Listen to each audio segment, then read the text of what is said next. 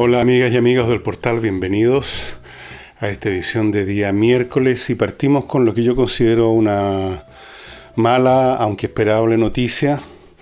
Me refiero a la suerte que hasta el momento está corriendo el proyecto de una nueva ley antiterrorista presentado por el gobierno, que ha sufrido en el Senado una serie de zancadillas, un poco a la maleta, no hechas de frentón, salvo una persona que ya mencionaré para decir me opongo a la ley, sino que buscando manera de voltearla, pero sin que sea demasiado manifiesto ante la opinión pública.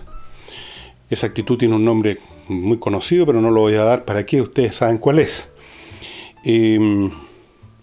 Lo primero fue que la mesa, presidida por el señor Quintana, uno de los genios deslumbrantes de Chile, y el señor Resti, del Partido Socialista, trasladaron la discusión del primer punto en que estaba acordado hacerlo a un segundo punto, o sea, lo pusieron más a la cola. Después, ante los mismos señores Quintana y Urresti, que estaban muy preocupados con el ceño fruncido por esta situación, comparecieron una serie de figuras, otros genios deslumbrantes, Andrea Parra del PPD, don Leonardo Soto del Partido Socialista, y le manifestaron su preocupación porque se aprobara este proyecto, esta iniciativa. Les preocupa, dicen, que se criminalice, esto dijo la señora Parra, al pueblo mapuche. ¿Me pueden ustedes explicar en qué sentido una ley que persigue a los hechores de actos terroristas es capaz de penalizar a un pueblo completo?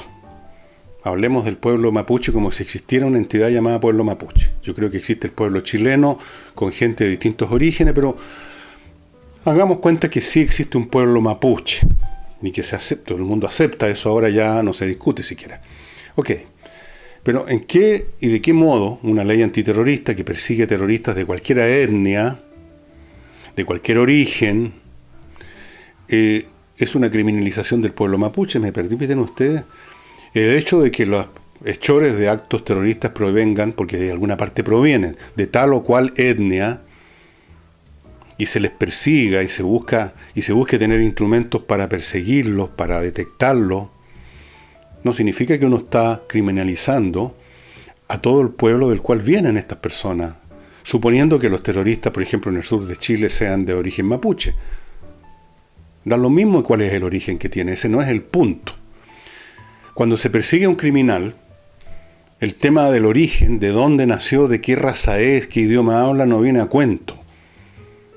Pero súbitamente la señora Andrea Parra, otro de estos genios deslumbrantes que nos ilustran con sus luces desde el Congreso, en este recambio generacional y político que hubo en el Congreso y que ha tenido tan lamentables resultados, para ellos hay una criminalización. Eso es una frase soberanamente estúpida, del estoco de cierta izquierda, porque esto de la criminalización del pueblo mapuche lo hemos escuchado con otros pueblos, o criminalización de los de acá, o criminalización de los de allá. Se les quedó pegada la palabra criminalización y les parece que suena, que en sí misma tiene como un valor, una sustancia, y no significa nada. Nadie puede criminalizar un pueblo completo. El único que yo conozco que haya criminalizado en los últimos 200 años es Hitler, que criminalizó completamente al pueblo judío y criminalizó a los gitanos y en gran parte criminalizó a los eslavos, a los que consideraba a todos ellos razas inferiores que podían ser extinguidas o sometidas a la servidumbre. Fuera de eso, no conozco a nadie que haya criminalizado a todo un pueblo. Pueden haber individuos que criminalizan a ciertos pueblos, por supuesto, pero una ley solamente en la superrealista y criminal legislación que se creó durante el régimen nazi, el asunto del racismo y de la criminalización tomó la forma de ley. Pero aquí no. Esta es una ley antiterrorista, o sea, que entrega instrumentos a la policía para perseguir a terroristas, sean de donde sean. Lo que define al terrorista son sus actos de terror, sus crímenes, no su etnia. Pero en fin, había que buscar un pretexto. Después ese señor Quintana, que no cesa de poner esas caras de seriedad y de hacer estos numeritos, dijo, es difícil votar favorablemente con los antecedentes que hemos conocido. ¿Cuáles antecedentes que ha conocido? ¿A qué se refiere Quintana con esos antecedentes? O sea, los antecedentes que ha conocido consisten en que no hubo actos terroristas, no son actos terroristas. ¿Cuáles son los antecedentes del señor Quintana? Hemos conocido. Se pone pomposo además el hombre. En fin, son artimañas, estimados amigos. Pero parece que las artimañas y las necedades unidas jamás serán vencidas. O va a ser difícil vencerlas, aparentemente. Luego Quintana, para terminar de demostrar su elevada inteligencia, dijo la siguiente frase: el proyecto no permitiría prevenir hechos de violencia. Ahora, si ese argumento, llamémoslo argumento por darle un nombre, de Quintana es válido, eliminemos al tiro la policía, la justicia, porque todavía no hemos eliminado la delincuencia. En ningún país del mundo la existencia de jueces que procesan, condenan, etcétera, y policías que persiguen y detienen ha eliminado la delincuencia. Por lo tanto, eliminemos la justicia y la policía. Por supuesto, señor Quintana, que la ley per se no va a eliminar todo acto de violencia. La idea de la ley antiterrorista es darle a la policía instrumento para que pueda detener a quienes ya cometieron actos de violencia. Lo menos que se puede pretender es detener a los culpables de un crimen, ¿no es así? Esa es toda la idea de la justicia y de la policía. Eventualmente eso puede servir, pero no está garantizado, como disuasivo para otros actos de violencia. Pero obviamente que eso no está garantizado ni siquiera con los crímenes comunes y corrientes, que son cometidos por personas que tienen un grado mayor de racionalidad que un terrorista, que está absolutamente dominado por su odio y por su deseo de hacer daño. En el delincuente común uno puede esperar un grado mayor de racionalidad, de cálculo de costo y beneficio, y entonces eventualmente en alguna circunstancia tal o cuales capacidades legales y policiales podrían disuadirlo cometer determinados tipos de crímenes. Eso es lo que uno puede esperar, eso es lo que ocurre. No se puede esperar más. Entonces el argumento de Quintana es simplemente tonto. Eso de que no va a detener los actos de violencia.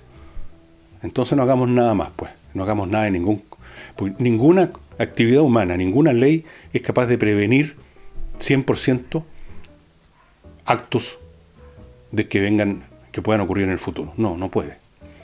Pero ¿cómo es posible que hayamos llegado al punto que haya que explicar estas cosas que son elementales, que las entendería un niño de preparatoria, un niñito de 6 años, explicárselas al presidente del Senado? Por favor. El único que en medio de todo este festival de estupideces y de artimañas, por lo menos tuvo el coraje de decir las cosas frentones, es el señor Urresti, socialista, que llamó de frentón a votar en contra. ¿Por qué? Porque se esconde el debate de fondo. Naturalmente no le pidamos al señor Urresti que nos explique cuál es el debate de fondo que se está... ¿cuál es el debate de fondo? Esa es otra artimaña que se suele usar muy a menudo, ¿eh? Lo usan todos los políticos que quieren parar alguna disposición que no les gusta y dicen, esto es una medida de parche, no se está discutiendo lo de fondo. Sí, pero ¿cuál es el tema de fondo? Toda, o casi toda legislación, señor Urresti, es, en cierto sentido, una medida de parche porque no puede evitar las leyes, por ejemplo, el Código Civil, el Código Penal, no pueden evitar que se cometan delitos, ¿no es cierto?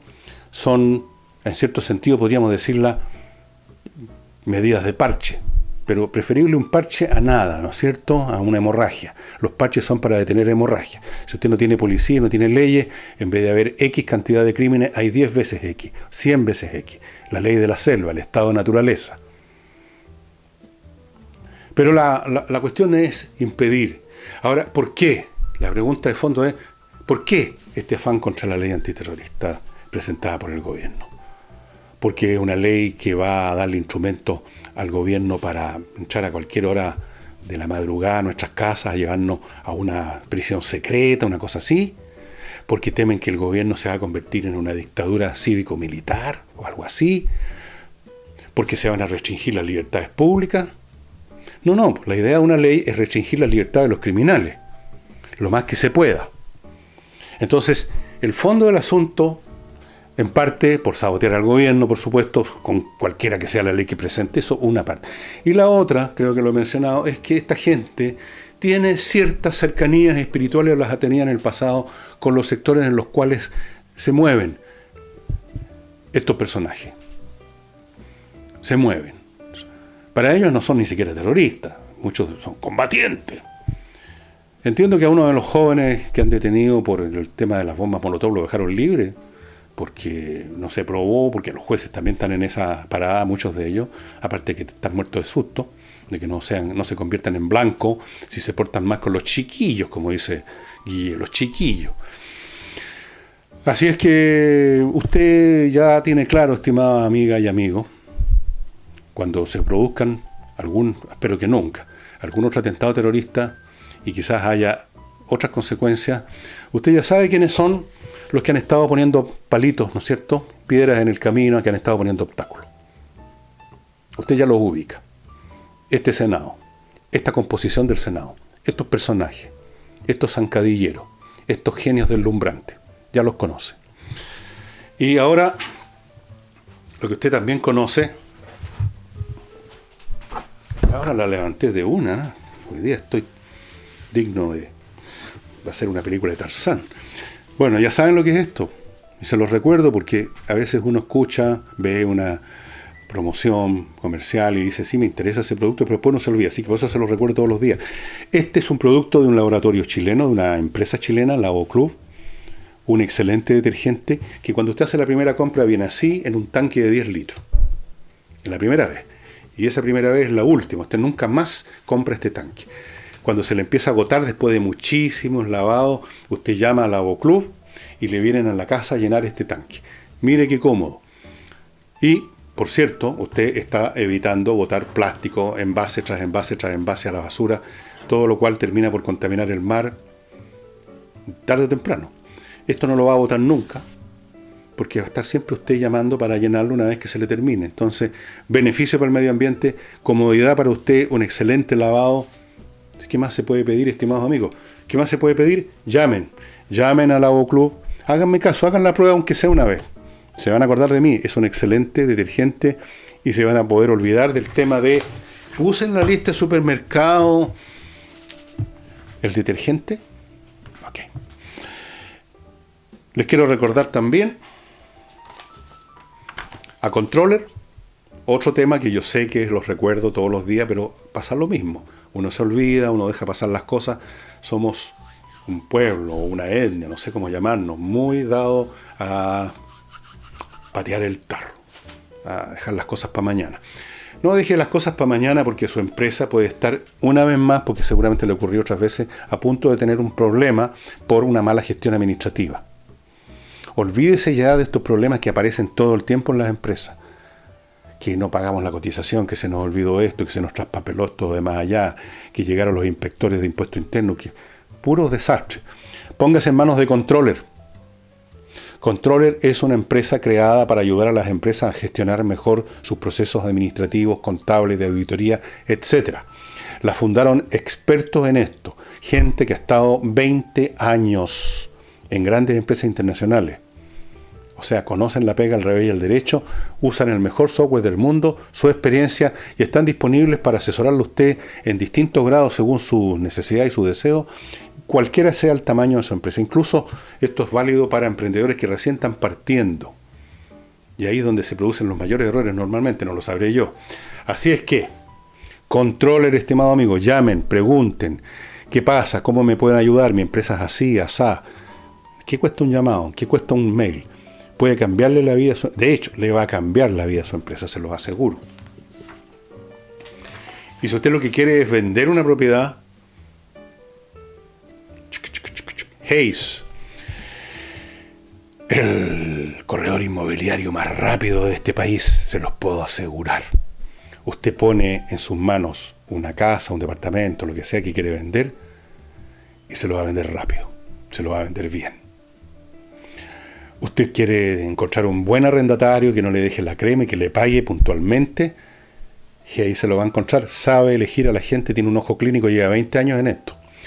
¿Quiere usted que alguien le administre sus propiedades, sus 20 o 30 propiedades, porque usted es rentista y ya está cabreado de esta pega de recorrer uno tras otro, cobrando, etcétera?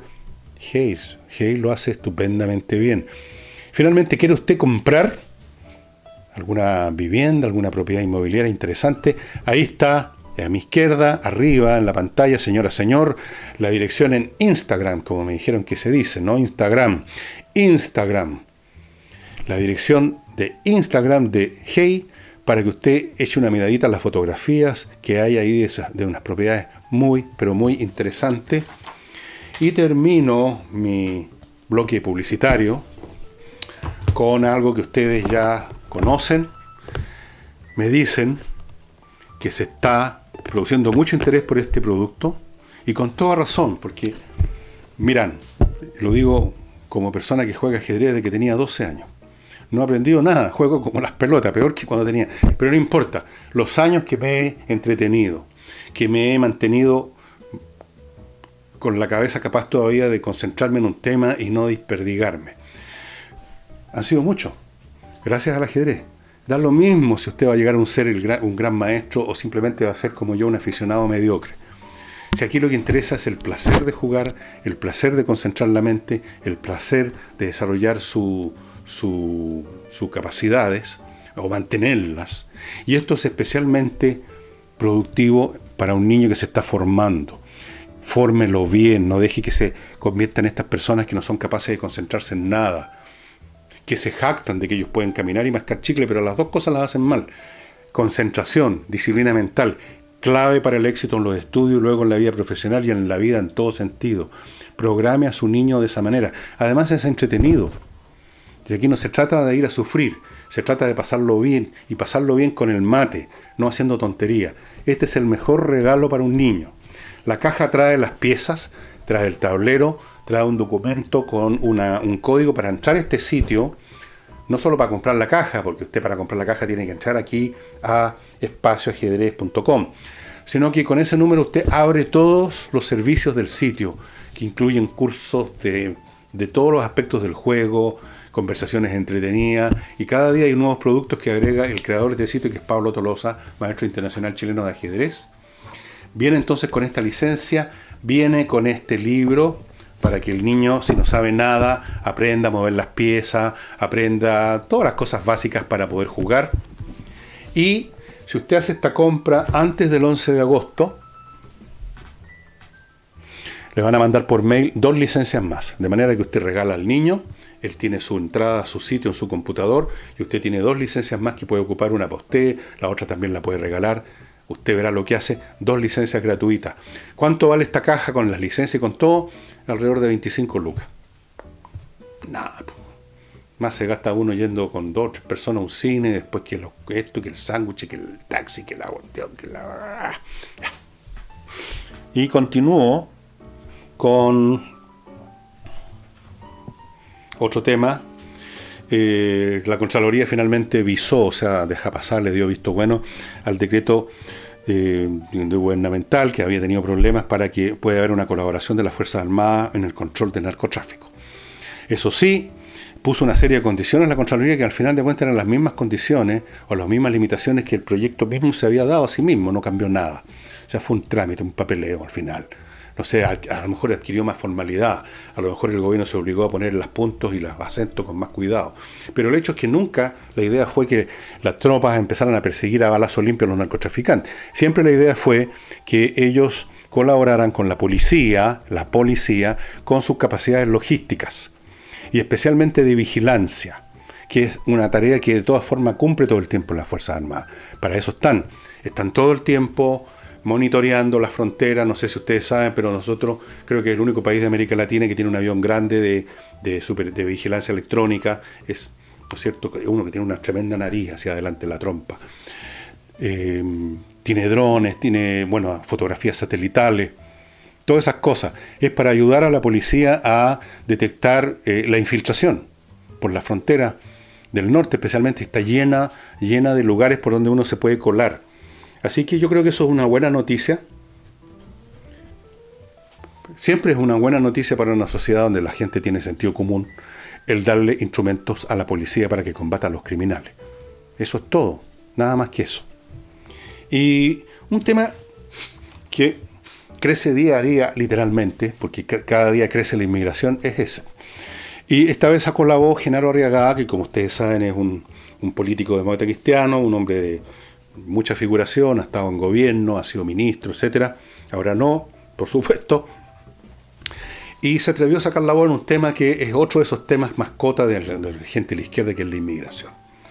Y dijo que es preciso generar una política de Estado en torno a este tema, porque, dijo, mañana podemos encontrarnos con un cuadro xenofóbico. Y dijo otras cosas relacionadas con hechos de violencia. O sea, lo que hemos estado diciendo acá hace rato.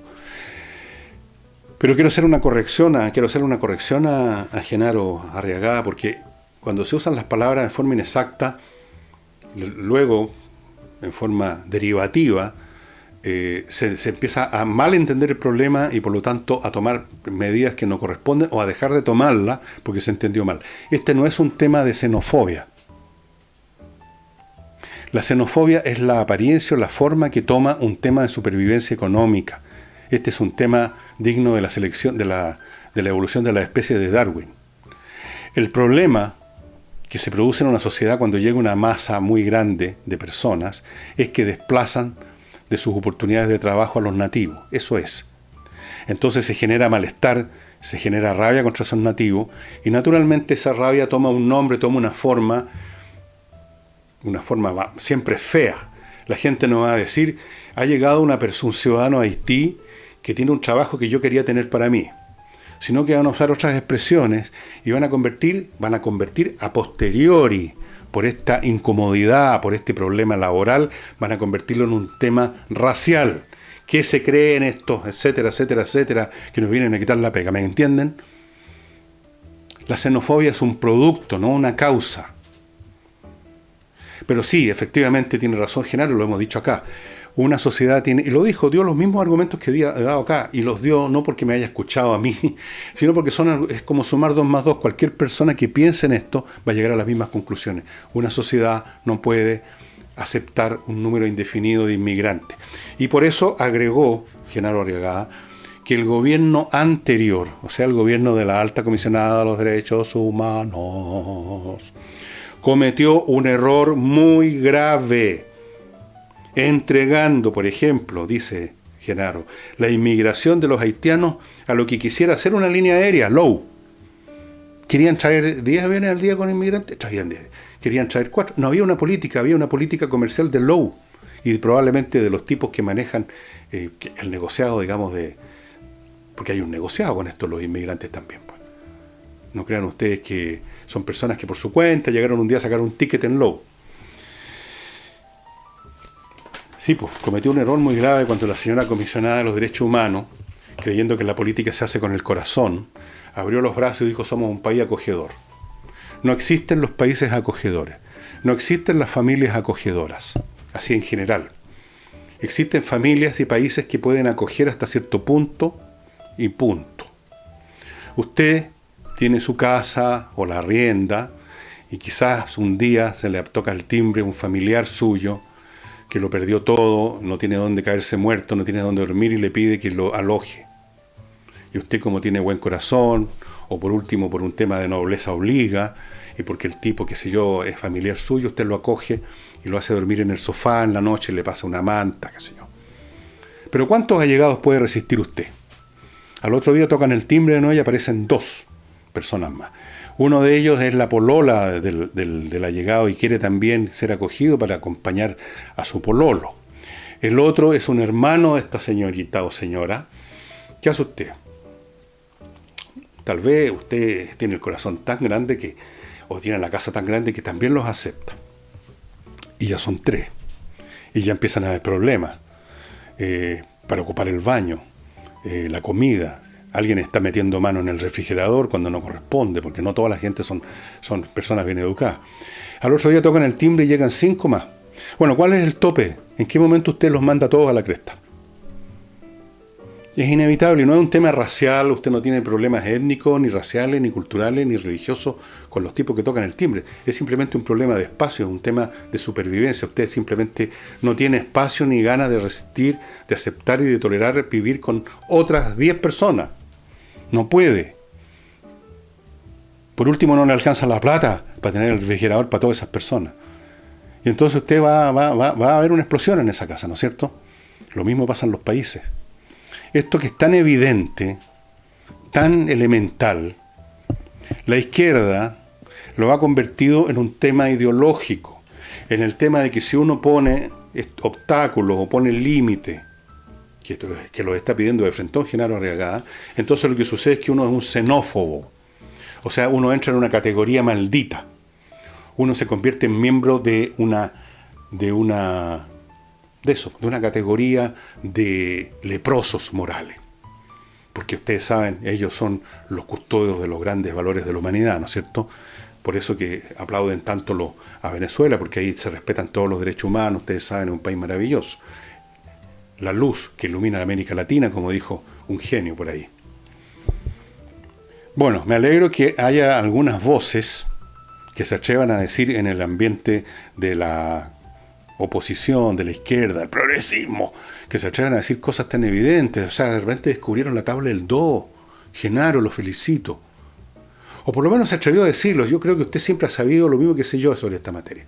Lo mismo que sabe cualquier persona normal que tiene sentido común. Pero aquí está el tema de atreverse a decirlo. Atreverse a decir el rey está desnudo. Ustedes saben que hay todo un cuento sobre eso.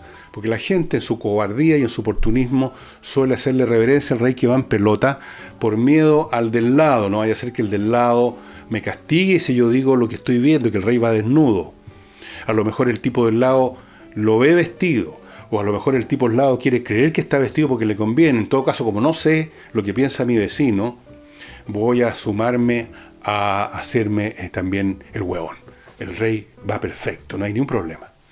Hasta que sale el niñito y dice, oye, el rey va desnudo. Bueno, Genaro fue este niñito ahora. Y me alegro. Y una noticia que se suma a lo que he estado diciendo, que al final del día, algunos proyectos van saliendo adelante porque no tienen alternativa. No hay alternativa porque son tan obvios sus conveniencias, son tan obvias su racionalidad, que aún los más deficitarios intelectualmente tienen que ceder. Me refiero a que se destrabó el tratado llamado Acuerdo Transpacífico de Cooperación Económica de países del área del Pacífico, obviamente, también llamado TPP-11. Para eso, porque había que hacer algún gesto, no para demostrar que nosotros tenemos poder, ¿eh? Entonces hicieron que el gobierno se comprometiera en 17 puntos, que no conozco cuáles son esos puntos, no aparecieron en la prensa exactamente qué cosas querían que el gobierno se comprometiera, pero el hecho es que el proyecto, este acuerdo va, y ya sabemos, porque hay una experiencia larga, esto no es una cosa de capricho, hay una larga experiencia, que es una parte importantísima, yo diría central, esencial, del desarrollo económico que ha tenido Chile en los últimos 20, 30 años, tiene que ver con el comercio exterior. Somos una economía abierta, por lo tanto los acuerdos comerciales por definición son convenientes para el país en su conjunto. En su conjunto, fíjense bien lo que estoy diciendo.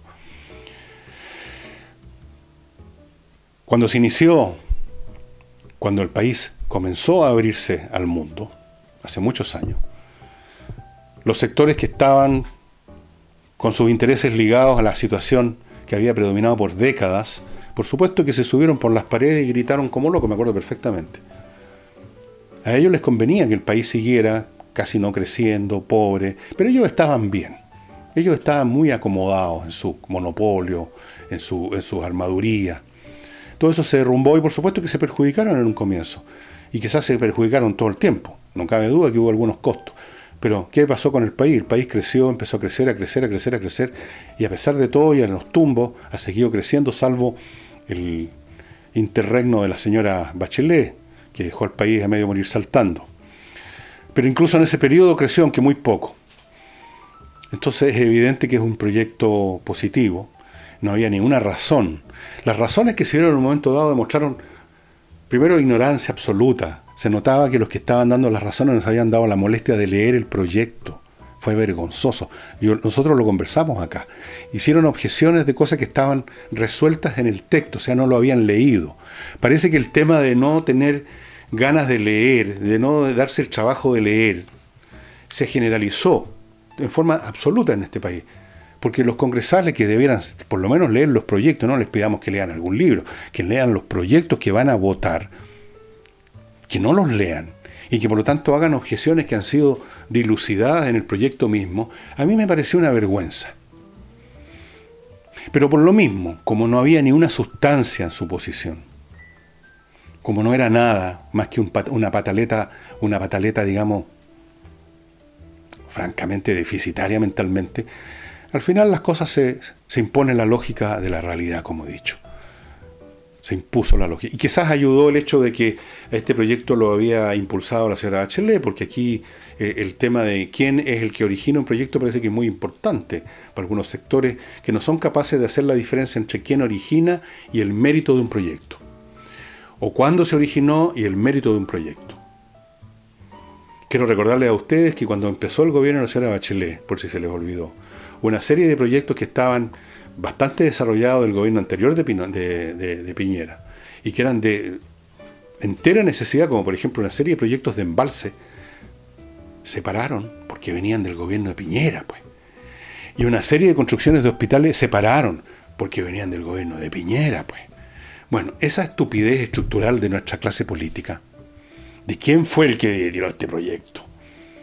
¿O cómo vamos a apoyar un proyecto que si sale bien nos va a dejar en desmedrada posición quizás en las próximas elecciones? Esa mezcla entre lo que dije, necedad, ¿cómo fue que dije exactamente? Permítanme citarme. Me voy a citar. Así, las artimañas y las necedades unidas jamás serán vencidas. De esto nos dan muestra a menudo, o tratan de darnos muestras a menudo en la oposición. A veces son vencidas, a pesar de todo. Bueno, recordemos que la frase "el pueblo unido jamás será vencido", digamos, resultó casi un chiste de mal gusto, ¿no?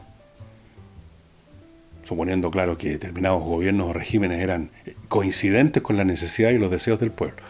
Así que hay que tenerse cuidado con las frases, sí que me voy a ir con cuidado. A lo mejor las artimañas y las necedades a veces son vencidas, por lo menos.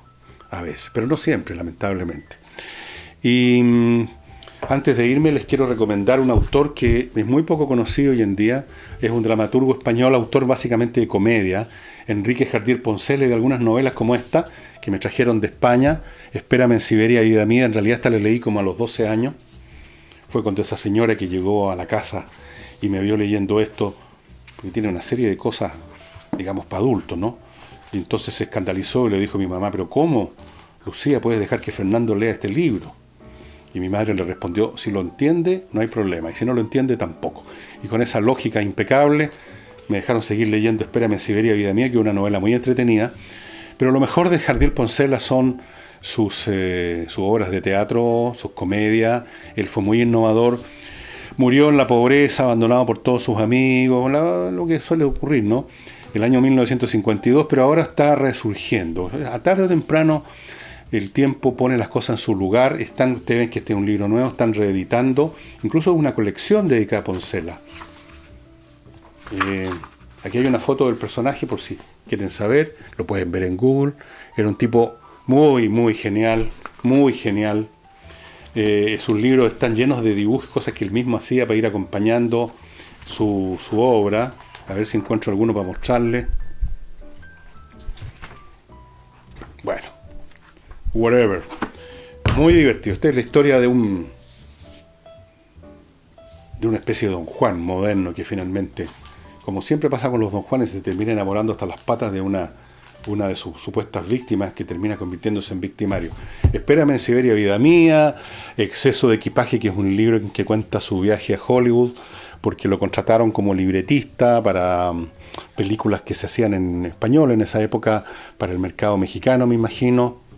Y cuenta su viaje desde que se embarca al tren, luego en el Havre, se embarca en un barco a Estados Unidos. Es un libro muy entretenido, muy ingenioso. Exceso de equipaje. Tiene otra novela que se llama "Pero hubo alguna vez 11.000 vírgenes", tiene muchas frases maravillosas, increíblemente ingeniosas, como aquella que dice, el amor eterno dura 3 meses. Bueno, les recomiendo Jardiel Poncela. No sé si se puede encontrar en Chile. Esto, como le digo, me lo trajeron de España, de donde cada vez que mis hijas viajan me traen algo de allá. Pero por último, ustedes saben que uno puede encargar libros por online. Pues si para eso están las librerías online, no hay ningún problema. Créanme que nunca hay problema con eso. Hay librerías online en España, hay secciones de libros en español en Amazon. Les los recomiendo. Se van a divertir mucho con Enrique Jardiel Poncela, que lo leí muy tempranamente, casi en mi infancia, antes de la pubertad, y nunca me olvidé de Enrique Jardiel. Siempre lo consideré un genio injustamente olvidado por muchos años, pero que ahora está resurgiendo. Y con eso nos despedimos hasta mañana. ¿Sí? Y antes de irme, les recuerdo, bueno, ustedes si están en Patreon ya han recibido la notificación, ya estamos metiendo material especial para la gente que está en Patreon.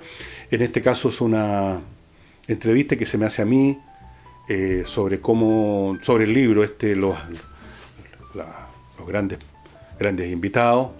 Y ya estamos entrando en línea, en régimen, y vamos a presentar pronto una entrevista a un personaje súper interesante. Todo esto para las personas que están en Patreon. Y vamos a encontrar una manera de que también tengan acceso a este material las personas que están en Flow. Lo que pasa es que es mucho más difícil, la mecánica es distinta. No crean ustedes que estas cosas digitales son son muy fáciles. Es una serie de mecanismos que hay que crear, coordinación y cosas, y con Flow es mucho más difícil, pero eventualmente vamos a hacer algo al respecto. No vamos a olvidar a la gente que está colaborando con nosotros ahí. Por el momento es Patreon, pero pronto será también, no sé, por una semana, Flow. Muchas gracias y hasta el jueves.